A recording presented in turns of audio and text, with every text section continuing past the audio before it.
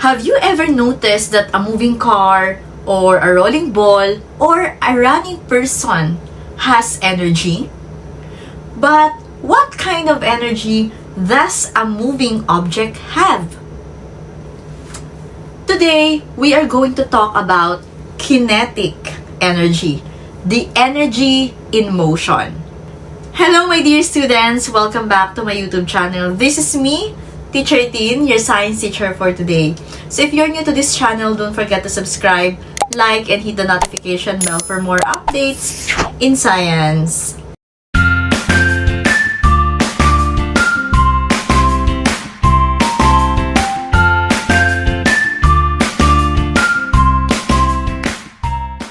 In your previous discussion, you discussed about the work and power. Now, let's proceed with energy. Ano nga ba pag sinabi nating energy? Saan ba nanggagaling ang energy?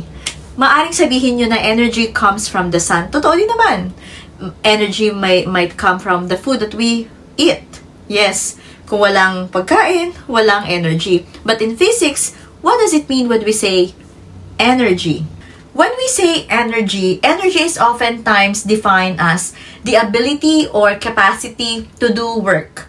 Pag may energy, meron tayong abilidad, meron tayong kapasidad para magtrabaho. 'Di ba? Sa umaga nga, kapag hindi ka nag-almusal, hindi ka kumain, so parang walang sigla. 'Di ba? Kaya minsan umimi kayo, parang wala akong energy today. Dahil hindi ka nag-almusal, hindi ka kumain, o walang nagpapagana sa iyo. So that is energy. So it's the ability to do work. And it is somehow related pa rin sa work. Kasi without the energy, there is no work without the energy. Take a look at this example. So we have here a person kicking a ball. So sa palagay ninyo, okay, do you think there is work done on the ball? Yes. So since work is done on the ball, so it gains energy while the person that does the work on it loses energy. So kumbaga, sinipa yung bola.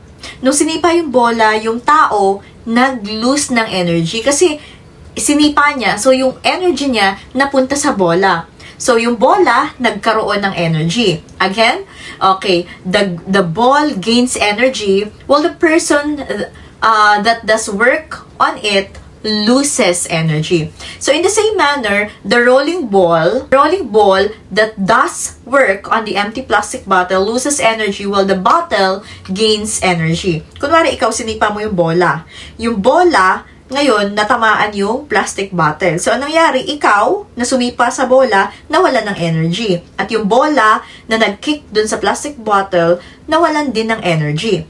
Pero yung bola na sinipa mo, nag-gain ng energy. At yung plastic bottle na na-hit or na-kick nung bola, nag-gain din siya ng energy. So this only shows that when work is done, energy is transferred. Pag may nangyaring work, natatransfer o nalilipat lang yung energy. Just like when you kick the ball, sinipa mo, so yung energy mo napunta sa ball. So, yung ball nagka-energy, at nung nahit naman yung plastic bottle, so yung energy ng ball nalipat sa plastic bottle at yung plastic bottle ang nag-gain ng energy. Nagets? Ay, very good. Now, the question is, what are the two kinds of energy? Ayan. So, unang-una ay ang ating topic for today, which is kinetic energy. Ano ba yung isa? Alright, the second one is potential energy, which is pag-aaralan natin sa pangalawang video na ito. Alright, so I have here two pictures. Okay, the first one is a girl holding the ball, and the other one is nung binitawan na niya, na-drop na niya yung ball. Sa palagay niyo, alin dyan ang may kinetic at alin dyan ang may potential energy?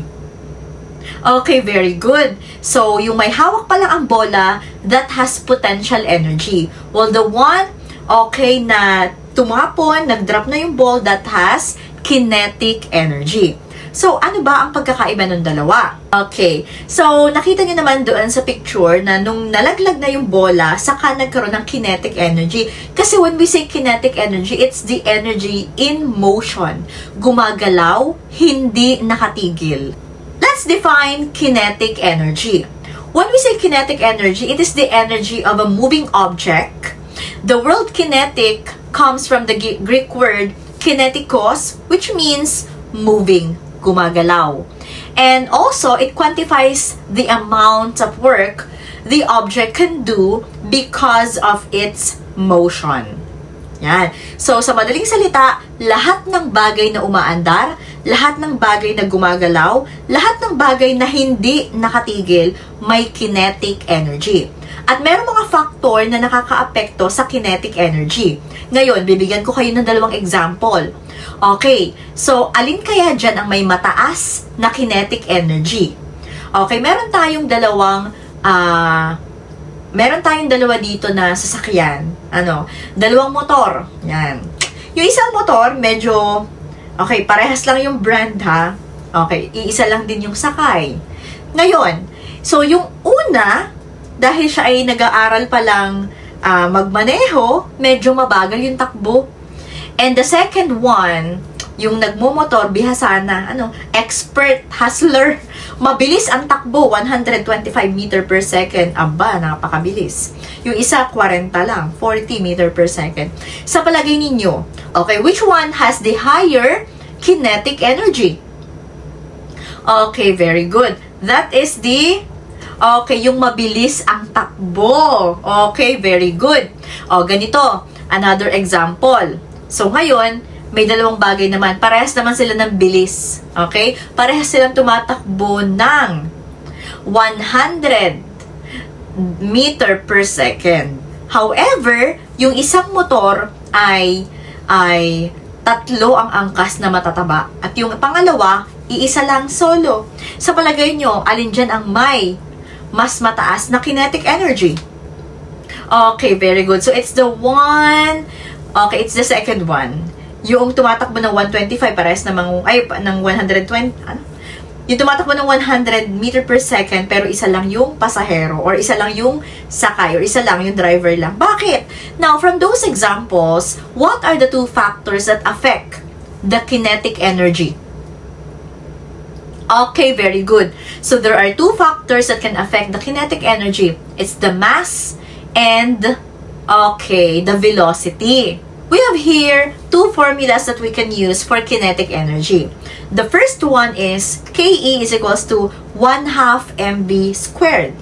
And the other one is KE is equals to mv squared over 2. Nasa inyo kung alin ang mas komportable at mas madali kayong gawin. So, kapag ganito ang formula, 1/2 mv squared, so, una yung kailangan gawin ay kailangan muna natin i-squared ang v. Yan. Saka natin i-multiply sa mass. Tapos saka natin ngayon i-multiply sa 1/2.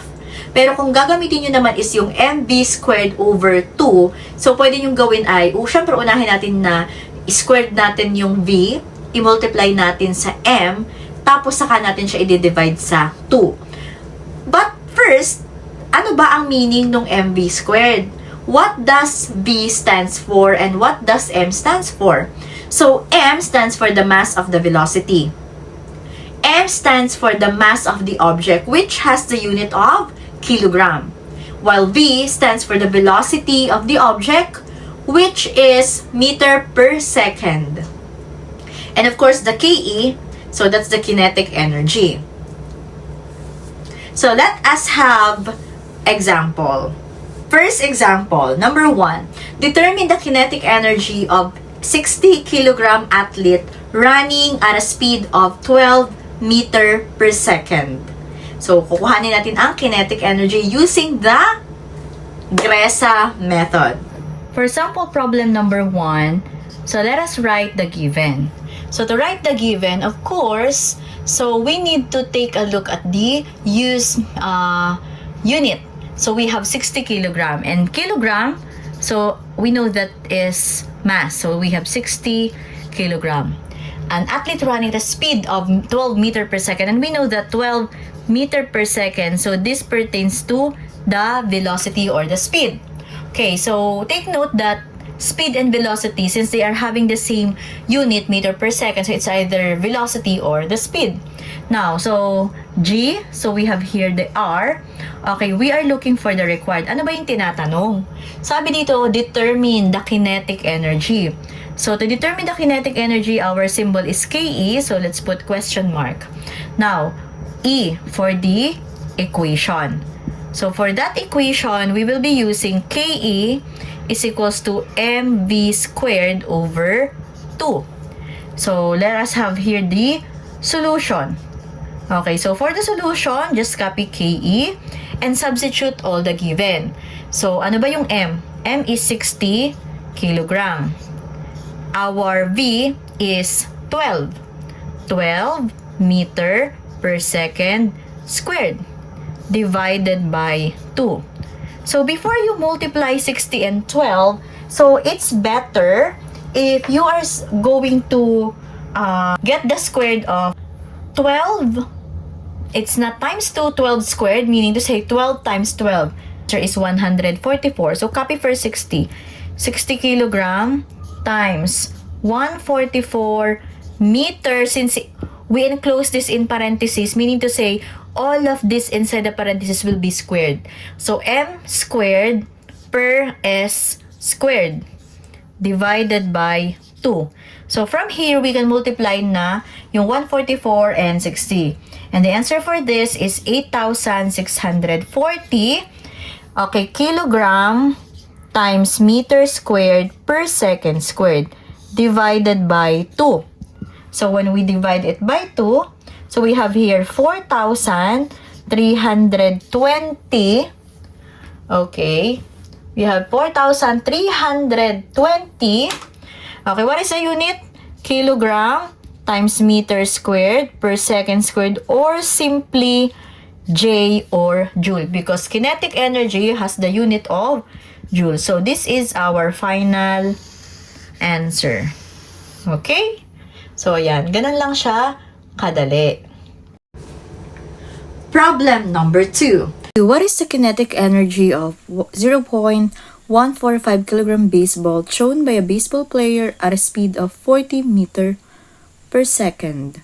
Okay, number 2. So, we have here the given. Okay. So, the mass is 0.145 kilogram. And the speed is 40 meter per second. So, what is required? So, we are looking for the kinetic energy. And for our equation, so we have kinetic energy equals mv squared over 2. To substitute, m is 0.145 kilogram times v is 40 meter per second squared divided by 2. So, 0.145 kilogram.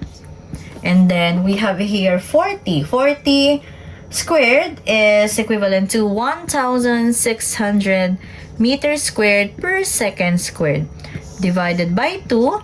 So, we multiply this. And that is 0.145 232 kilogram times meter squared per second squared divided by 2. And that is 116 joules. So, this is our kinetic energy. I hope you learned something from this vlog, especially sa kinetic energy. So, sa susunod nating vlog, yung next video, we will be discussing about the potential energy. So, stay tuned on this channel. So, if you are new to this channel, don't forget to subscribe, like, and hit the notification bell for more updates in Science 8. This is me once again, Teacher Tin, your science teacher for today. Bye!